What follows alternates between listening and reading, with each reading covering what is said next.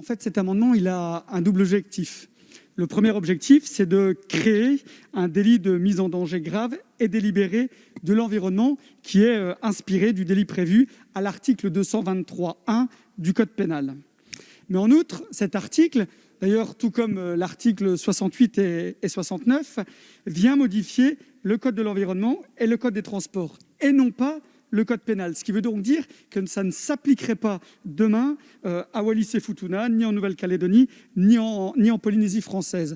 Et je représente par cet amendement mes collègues Philippe Dunoyer, Philippe Gomez et Nicole Sanquer, députés de Nouvelle-Calédonie et de Polynésie française, afin justement d'inviter l'État et les collectivités du Pacifique à travailler ensemble sur des dispositifs similaires afin de renforcer l'arsenal juridique concourant à la préservation de l'environnement.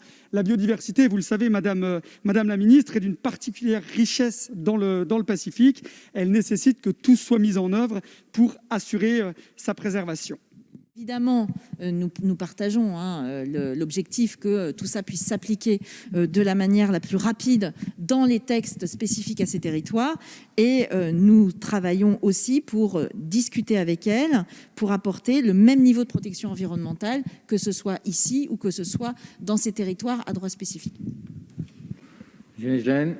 Juste une petite précision, en effet, ça s'applique dans les DOM et les TOM, ça ne s'applique pas dans les collectivités d'outre-mer, Wallis-et-Futuna, Nouvelle-Calédonie et Polynésie française. C'est d'ailleurs à la page 645 de l'étude d'impact, et c'est pour ça l'amendement de notre collègue Dunoyer, député de Nouvelle-Calédonie, était de dire, c'est entre guillemets un amendement d'appel, qui est de dire on doit travailler, le gouvernement doit travailler avec les collectivités, Wallis-et-Futuna, Nouvelle-Calédonie et Polynésie française, de telle manière à ce que le droit puisse s'appliquer aussi dans ces collectivités, parce qu'ils ont une richesse, ils ont une biodiversité qui est un vrai trésor, qu'il est nécessaire de protéger. Et c'était vraiment l'objectif de cet amendement, et on espère que derrière, il y aura des suites, qu'il y aura un vrai travail du gouvernement pour travailler avec ces collectivités pour protéger toute cette biodiversité.